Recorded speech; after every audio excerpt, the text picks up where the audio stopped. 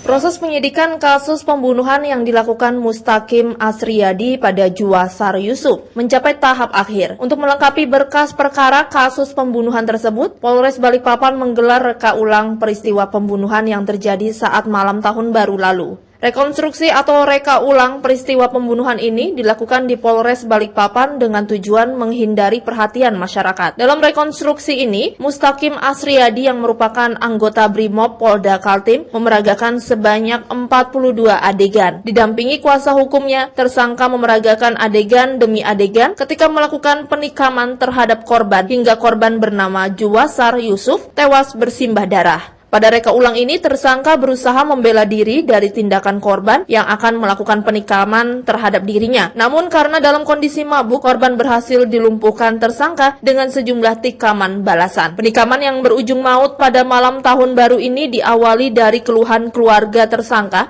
yang mengaku terganggu dengan ulah korban saat bermain kembang api. Ulah korban lalu dilaporkan ke tersangka hingga tersangka mendatangi lokasi kejadian di kawasan Tangki 1 Gunung Pipa. Bukannya mereda, keduanya justru terlibat percekcokan hingga korban yang diperagakan anggota polisi ini menikam badiknya kepada tersangka dan mengenai wajah serta bagian tubuh tersangka. Tak mau mati konyol, tersangka akhirnya berhasil merebut badik dan menikamnya ke tubuh korban. Dalam kondisi luka parah, keduanya dibawa ke rumah sakit hingga akhirnya korban meninggal dunia. Ibu korban Sujarwati mengatakan, dari rekonstruksi yang dilaksanakan ada ketidaksesuaian di lapangan karena saat kejadian tidak ada teman korban yang jadi saksi. Anak saya di Gunung Pipa sama temennya tuh ndak ada saksi, dia dalam keadaan luka di perut.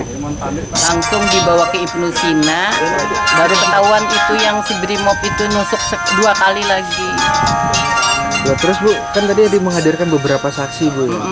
Apa itu bukan teman-teman dari lain? Itu polisi. Nah, itu aja. Cuma kejadiannya ndak sesuai sama yang menurut Ibu nggak sesuai. Memang ndak ada yang saksi.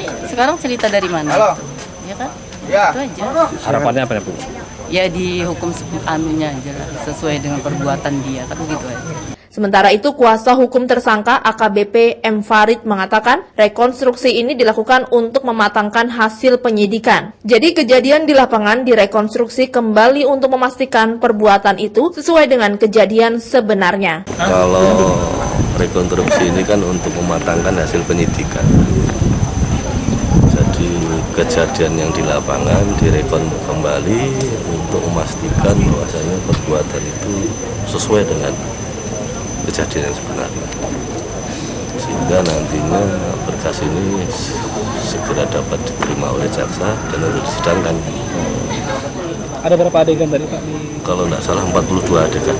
Berapa saksi tadi Pak yang ada? Pak saksi 1, 2, dokter 2, dokter 1, perawat 1, 5 kalau 6. 6.